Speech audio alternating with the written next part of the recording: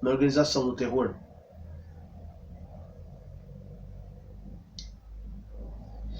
Mas com o passar do tempo, parece ter se cansado de tanta desumanidade revelada a propensão fatal para a transigência. Isso deu oportunidade a seus adversários da convenção em abril de 1794 e foi enviado para a guilhotina. Conta-se que ao galgar os degraus do cadafalso disse: "Mostre a minha cabeça ao povo." Não é todos os dias que se vê coisa parecida. O mais famoso e talvez o maior de todos os líderes extremistas, Maximiliano Robespierre, pertencente a uma família que passara por ser de origem irlandesa. Robespierre estudou direito, mas não tardou a conquistar o êxito moderado como advogado. Em 1782, foi nomeado juiz criminal, mas em breve resignou o cargo por não ter coragem de impor uma sentença de morte. De temperamento nervoso e tímido, nunca demonstrou grande capacidade prática, mas procurava compensar a falha com uma devoção fanática aos princípios.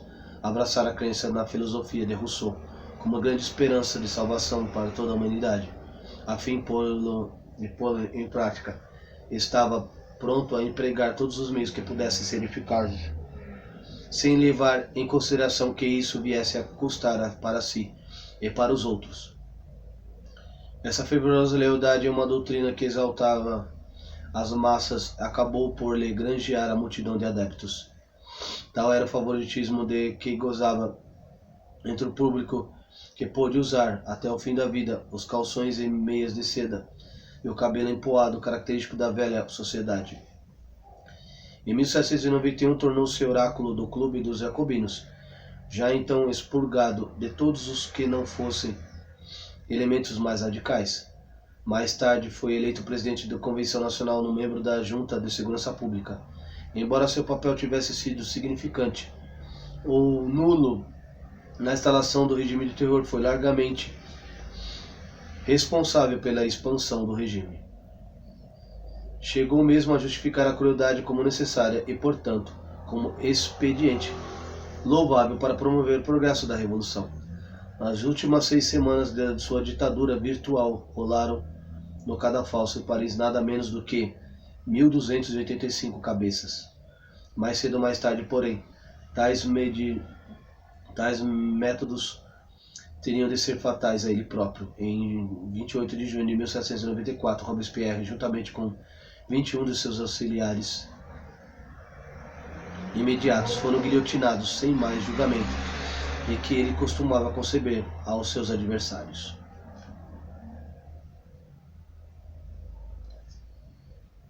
É provável que as verdadeiras proporções da violência durante a segunda fase da Revolução jamais venham a ser conhecidas. Muitas histórias horríveis de carnificina circularam nesse tempo, e mais tarde eram exageradas ao extremo. Nenhuma rua se tornou vermelha de sangue, nem os rios foram entulhados de cadáveres. Não obstante, é certo que a matança foi estarrecedora. Durante o período de terror que se estendeu de setembro de 1793 a junho de 1794, as estimativas mais fidedignas orçam o número de execuções aproximadamente 20.000 para toda a França. Uma lei foi promulgada em 17 de setembro de 1793, tornara objeto de suspeição em que, quer que tivesse tido obrigação com o governo dos Bourbons ou dos Girondinos, nenhuma pessoa que fosse suspeita, ou quem se desconfiasse de ser suspeita, estava salvo de perseguições. A extensão da violência durante a segunda fase. Quando, algum tempo depois, perguntaram ao padre Seios o que fizera para se distinguir durante o terror, respondeu laconicamente: sobrevivi. Em última análise, entretanto, deve-se reconhecer que a mortandade durante a Revolução Francesa foi muito menor do que na maioria das guerras civis internacionais. 20.000 vítimas do terror não suportam a comparação, por exemplo, com as centenas de milhares de vidas ceifadas na Guerra da Secessão norte-americana. Napoleão Bonaparte, que muitos cultuam como herói, foi responsável, no mínimo, de um número de mortes 20 vezes maior do que as causadas pelo Comitê de Saúde Pública. Está claro que com isso não pretendemos desculpar a selvageria do terror, mas tão somente corrigir a imagem deformada. A despeito da violência e do terror, a segunda fase da Revolução Francesa caracterizou-se por algumas realizações muito valiosas. Chefes como Robespierre, malgrado a seu fanatismo, não deixaram de ser humanitários sinceros e não seria crível que perdesse a oportunidade de iniciar reformas. Entre os feitos mais significativos conta-se a abolição da escravidão nas colônias e das prisões por dívida, a adoção do sistema decimal de pesos e a medida de supressão dos direitos à primogenitura, de forma que a propriedade não fosse mais herdada exclusivamente pelo filho mais velho e sim dividida em porções substancialmente iguais entre todos os herdeiros imediatos. A Convenção procurou também suprir as deficiências dos decretos da Assembleia Nacional, que aboliram os vestígios do feudalismo, estabelecendo medidas no sentido de uma liberdade maior no gozo das oportunidades econômicas. Os bens dos inimigos da Revolução foram confiscados em benefício do governo das classes inferiores. As grandes propriedades foram parceladas e oferecidas à venda em condições muito favoráveis aos cidadãos mais pobres. As indenizações anteriormente prometidas aos nobres pela perda de seus privilégios foram abruptamente canceladas. A fim de refrear o aumento do custo de vida, a lei fixou os preços máximos do trigo e de outros artigos da primeira necessidade, ao mesmo tempo que os comerciantes aproveitadores eram ameaçados com a guilhotina. Também foram adotadas medidas reformistas no setor religioso. Houve um momento durante o terror em que se tentou abolir o cristianismo e exigir em seu lugar o culto à razão. Dentro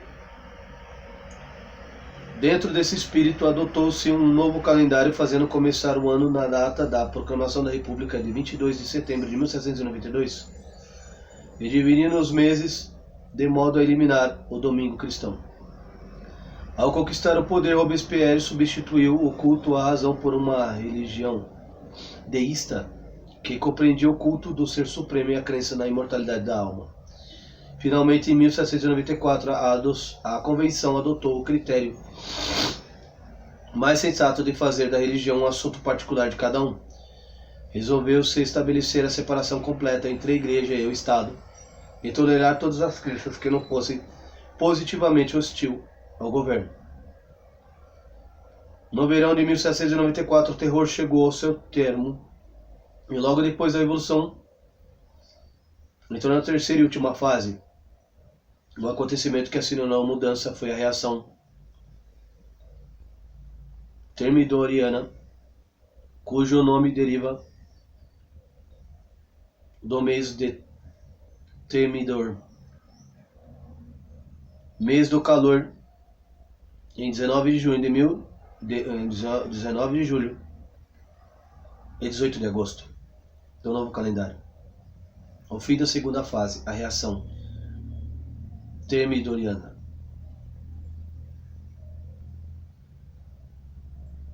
A execução de Robespierre em 28 de junho de 1794 representara a completação de um ciclo.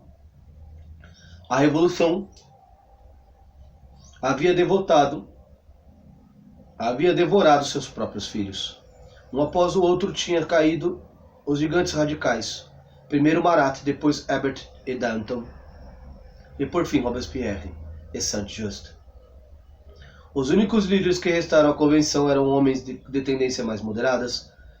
Com o decorrer do tempo, inclinaram-se para o conservatismo crescente e para o emprego de toda espécie de chicana política que servisse para mantê-los no poder. Mais uma vez, a Revolução passou, aos poucos, a refletir os interesses da burguesia. Foi então desfeita em grande parte da obra extremistas radicais, revogaram-se a lei dos preços máximos e dos suspeitos, e os prisioneiros políticos foram soltos. Os jacobinos tiveram que procurar esconderijo e a junta de segurança pública foi despojada de seus poderes despóticos. A nova situação possibilitou a volta dos padres, dos monarquistas e outros emigrados, os quais vieram juntar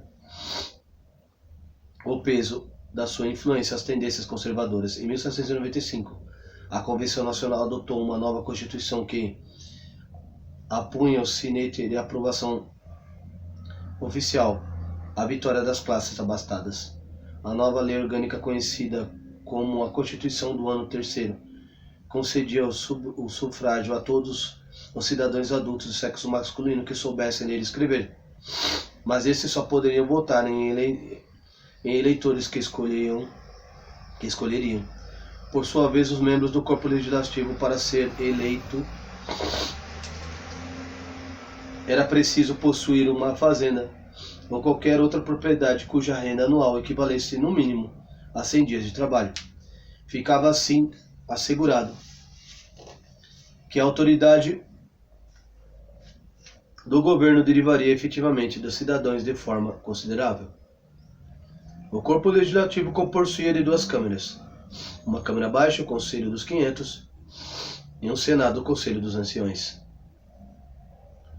Não sendo praticável restaurar a monarquia, por se temer a volta da antiga aristocracia ao poder, o poder executivo foi investido numa junta, o diretório, composta por 5 homens que seriam indicados pelo Conselho dos 500 e eleito pelo Conselho dos Anciões. A nova Constituição não só incluía uma declaração dos direitos, também uma especificação dos deveres do cidadão.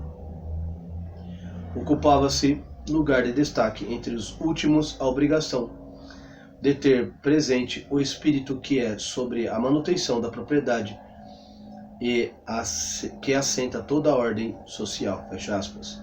Ninguém poderia esperar que o sistema tão categoricamente contrário ao direito das massas pudesse florescer sem oposição.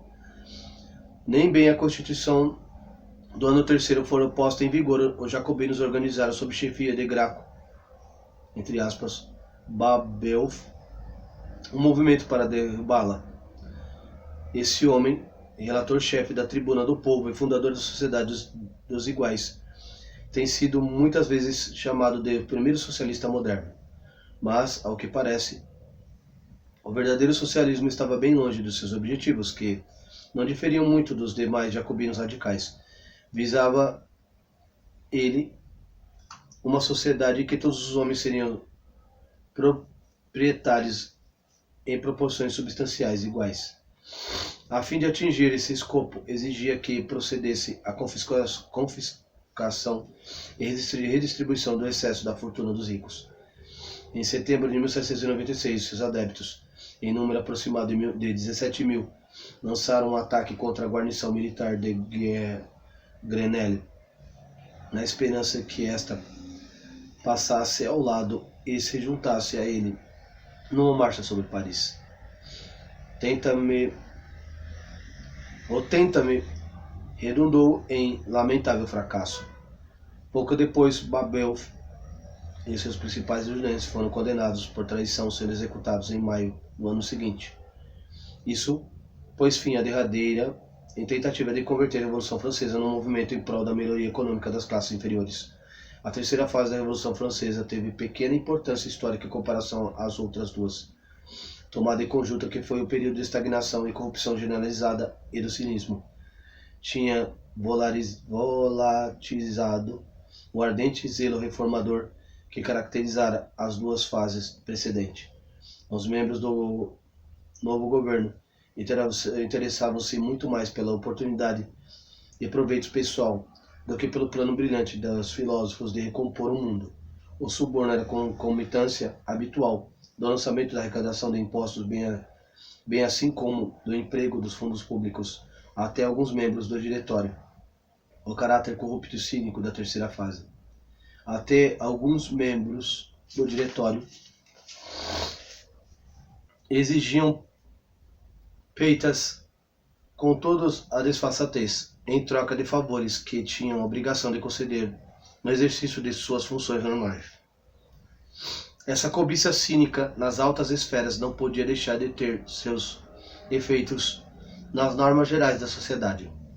Não é de surpreender, portanto, que o período do diretório tenha sido uma época de louca extravagância e dissipação, de desenfreada competição pela riqueza, a especulação e o jogo tendem a reeleger o plano secundário os negócios honestos. Enquanto a fome rondava os bairros pobres de Paris, os aproveitadores acumuladores de fortuna ostentavam sem pejo seus ganhos adquiridos às expensas do povo. A tanto chegaram as gloriosas promessas da Revolução arrastadas na lama, até mesmo por alguns que a princípio havia jurado defendê-las. Em outono de 1799 encerrou-se a Era da Revolução Francesa. Acontecimento que assinalou esse fim foi o golpe de Estado de Napoleão Bonaparte, em 18 Brumário, 9 de novembro. Esse, contudo, não foi mais que o golpe de misericórdia. Já desde algum tempo o regime instaurado pela Constituição do ano 3 vinha pairando à beira do colapso, embora tivesse sido temporariamente fortalecido por algumas vitórias militares, pois ainda prosseguia a guerra contra os inimigos estrangeiros da Revolução. Por fim, até esse apoio falhou. Em 1798-1799, a política agressiva do Diretório envolveu a França numa luta com uma nova coligação de adversários poderosos, Grã-Bretanha, Áustria e a Rússia. A sorte das batalhas não tardou de mudar. Um após o outro caíram por terra os estados satélites que os franceses haviam levantado em sua fronteira oriental. Os exércitos da República foram expelidos da Itália. Tornou-se logo evidente que as conquistas dos anos anteriores iam reduzir-se a nada. Enquanto isso, o Diretório vinha sofrendo uma perda ainda maior de prestígio, em virtude de sua conduta de negócios interiores. Milhares de pessoas estavam revoltadas com a vergonha e a corrupção dos funcionários públicos e sua desumana indiferença ante as necessidades dos pobres. O que ainda mais agravava a situação era a séria crise financeira, pela qual o governo era em parte responsável. A fim de atender às despesas de guerra e os gastos extravagantes dos administradores incapazes, multiplicaram-se as emissões dos assignantes. O papel moeda, o resultado inevitável foram tremenda inflação e o completo caos. Dentro de pouco tempo, os assignantes sofreram enorme depreciação, até não serem aceitos por mais de 1% do seu valor nominal. Em 1797, as condições tinham piorado de tal forma que não houve outro remédio senão repudiar o papel moeda em circulação. Durante o período do caos financeiro, milhões de cidadãos precavidos e respeitáveis que tinham conseguido acumular certas posses viram-se reduzidos ao nível de proletários. O efeito natural foi convertê-los em inimigos rancorosos ao governo constituído. Foi nessas condições deploráveis que se tornou relativamente fácil a ascensão de Bonaparte. O sentimento de revolta ante a venalidade e a indiferença do governo, o rastilho de ódio deixados à gruda da inflação, a humilhação resultante das derrotas militares. Tais foram os fatores que encorajaram a convicção largamente difundida que o regime em rigor era intolerável e só o aparecimento de um homem a cavalo poderia salvar a nação da ruína. Em outras palavras, Napoleão subiu ao poder em condições bastante similares às que presidiram o nascimento das ditaduras mais recentes na Alemanha e na Itália. Mas está claro que o jovem Bonaparte era um herói militar e que não dava com Hitler ou Mussolini. Em 1795, tornara-se benquisto aos amigos da lei e da ordem por haver defendido a Convenção Nacional a rajada de metralhadora contra um levante insurrento parisienses. Mais tarde cobriram-se de glória com suas campanhas na Itália e no Egito. Na verdade, que as notícias de seu êxito neste último país vinham sido pouco exageradas, mas convenceram os patriotas franceses de que tinham nele, ao menos, um general cuja capacidade podia depositar absoluta confiança. Além disso, ninguém podia contestar que ele expulsara os austríacos da Itália e anexara a França, a Saboia, Nice e outras províncias austríacas dos Países Baixos. Não é muito de admirar que Napoleão passasse a ser considerado um homem do momento. Seu nome tornou-se o símbolo de grandeza nacional e dos grandiosos feitos da Revolução. À medida que crescia o sentimento de repulsa contra o diretório, era ele o mais do que nunca saudado como herói incorruptível que salvaria a nação da vergonha e do desastre. Parei na página 619.